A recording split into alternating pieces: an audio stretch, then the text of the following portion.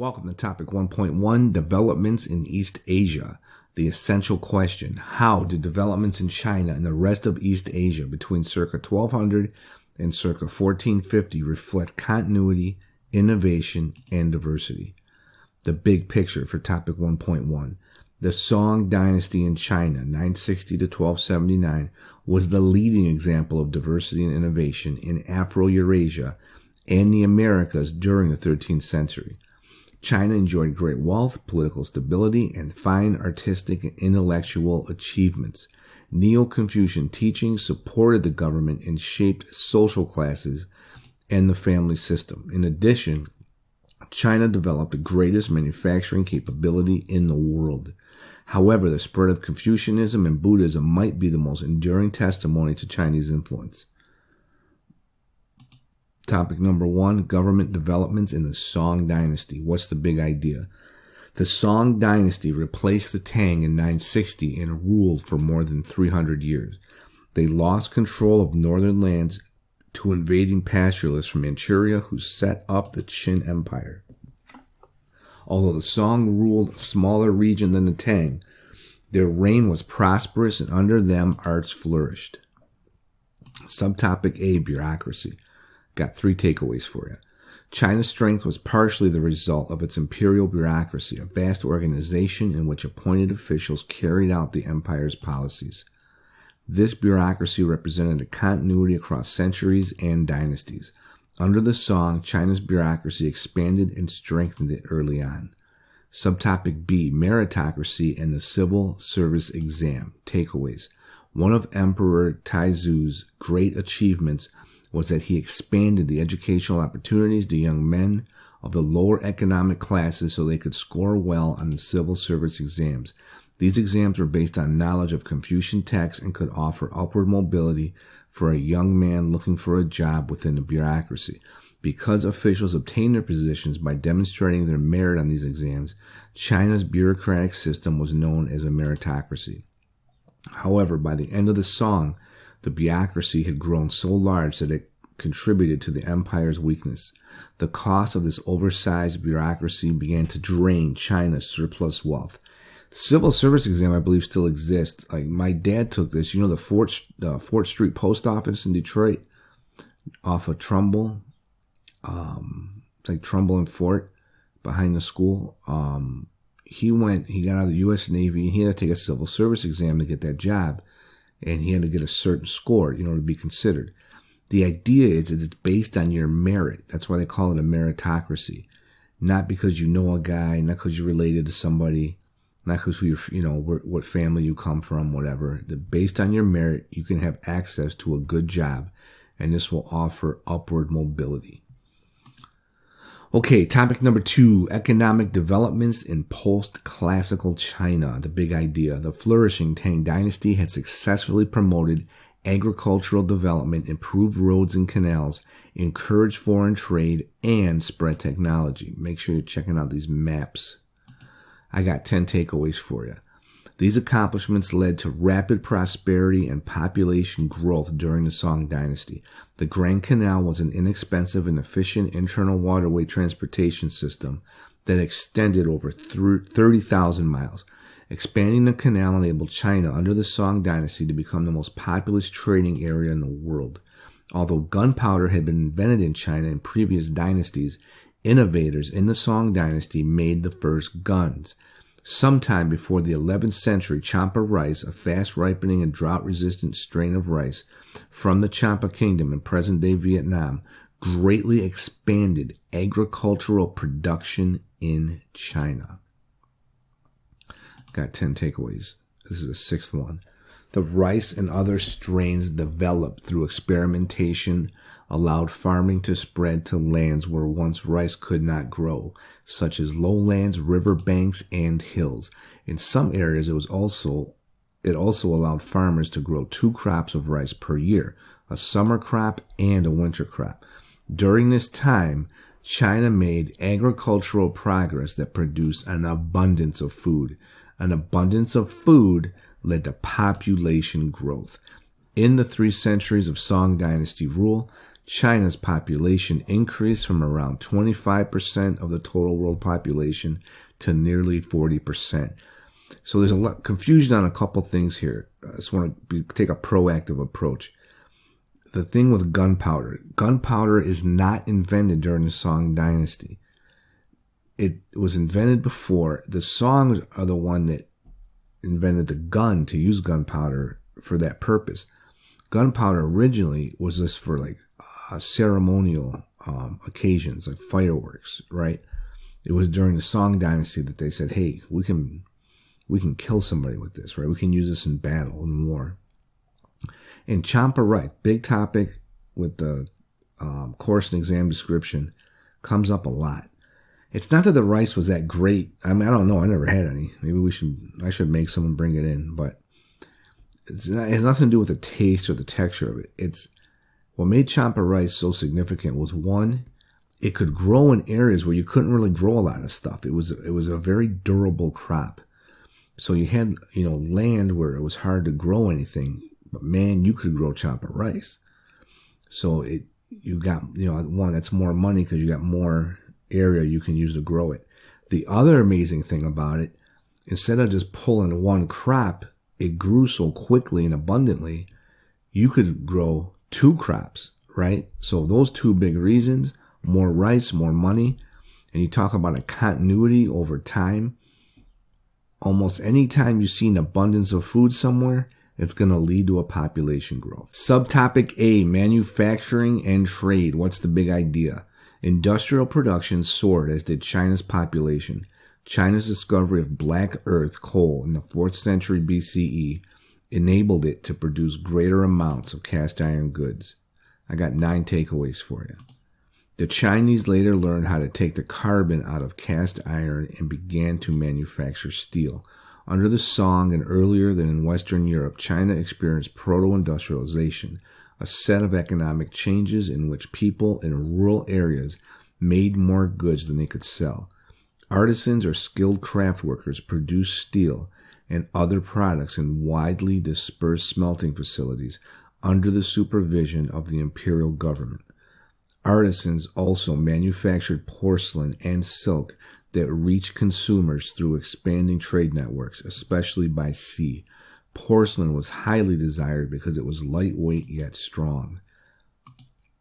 The Chinese used the compass in maritime navigation, and they redesigned their ships to carry more cargo. China became the world's most commercialized society. China's economy changed from local consumption to market production, with porcelains, textiles, and tea as the chief exports. The Grand Canal supported a vibrant internal trade, while advances in naval technology allowed China to control trade in the South China Sea. Subtopic B, taxes. What's the big idea? The Song also promoted the growth of a commercial economy by changing how they built public projects such as roads and irrigation canals. Instead of requiring that people labor on these projects, the government paid people to work on them. This change increased the amount of money in circulation, promoting economic growth. Here you see a kowtow, which we'll talk about more in future lessons. You see tribute being paid. Subtopic C, tributes. What's the big idea?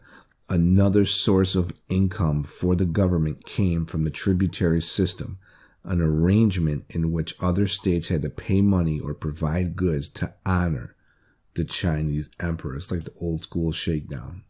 All right. Topic 3, social structures in China. What's the big idea? Through most of Chinese history, the majority of people lived in rural areas.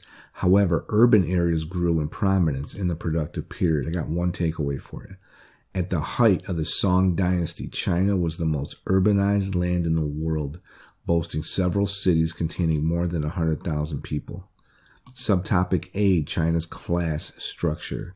The big idea, though urbanization represented a significant development in China, life in rural areas grew more complex as well. The bureaucratic expansion created an entirely new social class, the scholar gentry. 6 takeaways here. The scholar gentry soon outnumbered the aristocracy, which was comprised of landowners who inherited their wealth. The scholar gentry were educated in Confucian philosophy and became the most influential social class in China. 3 other classes ranked below the scholar gentry: farmers, artisans, and merchants. The low status of merchants reflected Confucian respect for hard work and creating value. Lower rungs of Chinese society included peasants who worked for wealthy landowners, often to pay off debts, and the urban poor. The Song government provided aid to the poor and established public hospitals where people could receive free care. You know, some continuity there, right? National health care, social services. Okay, we're going to talk about the role of women. Confucian traditions included both respect for women and the expectation that they would defer to men. What? That's a contradiction, right? Kind of oxymoron, hypocritical, right? You're still going to defer to men, but we're gonna respect you. So this patriarchal pattern strengthened during the Tang and Song dynasties. Okay, the role of women, 5 takeaways. One distinctive constraint on women's activities in China was the practice of foot binding, which became common among aristocratic families during the Song dynasty. From a very young age, girls had their feet wrapped so tightly that the bones did not grow naturally. A bound foot signified social status, something suitors particularly desired. It also restricted women's ability to move and hence to participate in the public sphere. Foot binding was finally banned in 1912. That's crazy that it took that long. This is really cruel, weird stuff here. You see the foot like broken, bones not growing right, it's deformed. As weird as it is, I mean, look at that. Those are shoes in the palm of somebody's hand. Imagine getting your feet in there. So this was just debilitating to women. And if you see, if you look at these 2 women here, not only, are they deformed here because of this practice, it kind of, limits them from going out and making money of their own. There's a lot of things they can't do, but it was a signal, it was a sign of prosperity. That, a potential suitor, like, okay, I'm marrying into a good family, right? This girl has some money, or her family has some money or influence. Very strange, very cruel practice. Okay, topic number 4, intellectual and cultural developments, the big idea. During the Tang and Song eras, China enjoyed affluence, a well-educated populace, and extensive contact with foreign nations. As a result, intellectual pursuits, technology, literature, visual arts thrived. Okay, now we're going to talk about, you might think about Gutenberg when you talk about this, but nope, we're talking about China. The Chinese had invented paper as early as the 2nd century CE, and they developed a system of printing in the 7th century. The takeaway here, they were the first culture to use wood block printing. Make sure you got that in your notes. Okay, way too many times people immediately go to Gutenberg on that one. Okay, subtopic B, reading and poetry. What's the big idea? The development of paper and printing expanded the availability of books. I got 3 takeaways. Though most peasants were illiterate, China's privileged classes had increased access to literature. The Tang and Song dynasties' emphasis on schooling created generations of well-rounded scholar bureaucrats. Later, Europeans with such diverse skills would be called Renaissance men. So you see some of the continuities and changes from here going to Europe, right? And we'll talk about that more later on. Religious diversity in China. What's the big idea? Buddhism had come to China from its birthplace in India via the Silk Roads. Its presence is evident during the anarchic period between the later Han and the Sui dynasties. However, its popularity became widespread during the Tang dynasty. The 7th century Buddhist Xuanzang helped build Buddhism's popularity in China. This is another common misconception that Buddhism started in China. It did not. It starts in India, but it's brought to China via the Silk Roads, particularly with Xuanzang. So please make sure you know that. Very common mistake. Okay, 6 takeaways for you. 3 forms of Buddhism from India came to shape Asia, each developing a different emphasis. Theravada Buddhism focused on personal spiritual growth through silent meditation and self-discipline. It became strongest in Southeast Asia. Mahayana Buddhism focused on spiritual growth for all beings and on service. It became strongest in China and Korea. Tibetan Buddhism focused on chanting. It became strongest in Tibet. All 3 include a belief in the 4 Noble Truths, which stress the idea that personal suffering can be alleviated by eliminating cravings or desires and by following Buddhist precepts. All 3 also embrace the Eightfold Path, the precepts including right speech, right livelihood, right effort, and right mindfulness that can lead to enlightenment or nirvana. Topic number 4, religious diversity in China. Subtopic A, Buddhism and Neo-Confucianism. What's the big idea? The Song dynasty was somewhat more friendly towards Buddhism, but it did not go out of its way to promote the religion. It preferred to emphasize China's native traditions, such as Confucianism. Subtopic A, Buddhism and Neo-Confucianism. I got 5 takeaways for you. The Song dynasty benefited from the Confucian idea of filial piety, the duty of family members to subordinate their desires to those of the male head of the family and to the ruler. And this is also about respecting your elders. The emphasis on respect for one's elders helped the Song maintain their rule in China. Still an issue today, kind of controversial. It's a little different definition from you. This is not from our text, but filial piety is the important virtue and primary duty of respect, obedience, and care for one's parents and elderly family members. Anyway, Neo-Confucianism evolved in China between 770 and 840. It was a syncretic system combining rational thought with the more abstract ideas of Taoism and Buddhism. Topic 5, comparing Japan, Korea, and Vietnam. Please check out the maps and please take note. Some of these are modern maps, right? Okay, big idea. An important dynamic in the histories of Japan, Korea, and Vietnam was each country's relationship with China. When China was unified, its political strength, economic wealth, religious traditions, intellectual advances, and technological innovations made the world's most powerful realm. Its smaller neighbors benefited from being so close to China, but faced a challenge of maintaining their own distinctive cultures. Comparing Japan, Korea, and Vietnam. Subtopic A, Japan. Since Japan was separated from China by sea rather than land, it had more ability to control its interactions with China than Korea or Vietnam could. The impact of Chinese culture appeared in many aspects of life. I got 12 takeaways for you for subtopic A, Japan. Buddhism and Confucianism, along with Japan's traditional Shinto religion, were promoted. Japan learned how to do woodblock printing from China. During the Heian period, 794 to 1185, Japan emulated Chinese traditions in politics, art, and literature. However, Japanese writers also moved in new directions. For example, in the 11th century, a Japanese writer composed the world's first novel, The Tale of Genji.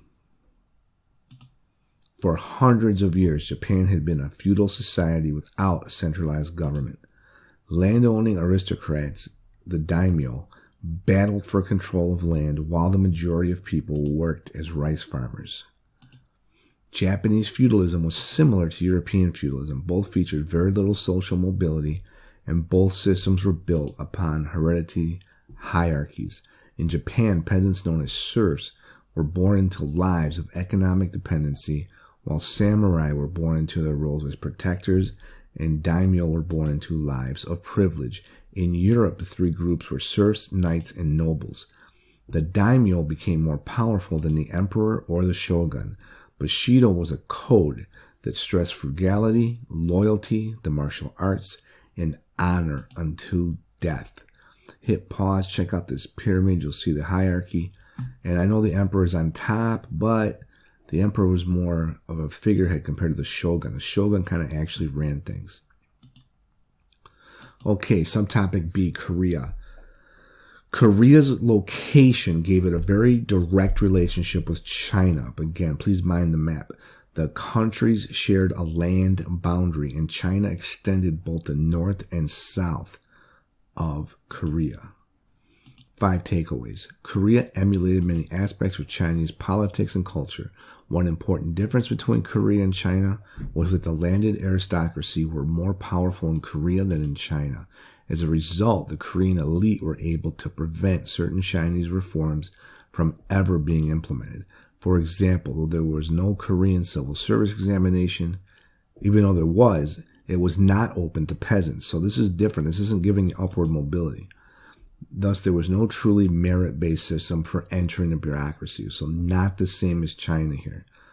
You talk about continuities and differences. This is like in the middle. It's kind of a continuity, but there's a difference because it didn't offer the upward mobility that China did with their civil service exam. Okay, subtopic C, Vietnam. Like Japan and Korea, Vietnam traded and learned from China. For example, Vietnam adopted the Chinese writing system and architectural styles. However, Vietnam had a more adversarial relationship with China. At times, the Vietnamese launched violent rebellions against Chinese influence. I got 7 takeaways for you. Vietnamese culture differed from Chinese culture in several ways, which explains the strong resistance to Chinese power. For example, Vietnamese women enjoyed greater independence in their married lives than did Chinese women in the Confucian tradition. While the Chinese lived in extended families, the Vietnamese preferred nuclear families. That means like just a wife, a husband, and their kids. Instead of loyalty to the emperor, scholar officials in Vietnam owed more allegiance to the village peasants. In fact, Vietnamese scholar officials often led revolts against the government if they deemed it too oppressive. Vietnamese women resented their inferior status under the Chinese. In particular, they rejected the customs of foot binding and polygyny, the practice of having more than one wife at the same time. Okay, that's topic 1.1. It's a big topic. If you're interested, good book by Karen Armstrong. She does all the main religions. That's a good book. Also, Why Buddhism is True. I read this book by Robert Wright. It's one of my favorite books the last 5 years. It looks at it, talking about how Buddhism was originally atheistic. So I'm not here preaching religion by any means, but it's a scientific evaluation of Buddhism as a philosophy. And it's 2 very interesting books that come to mind if you're interested in further reading. Okay, see you next time. Welcome to topic 1.1, Developments in East Asia.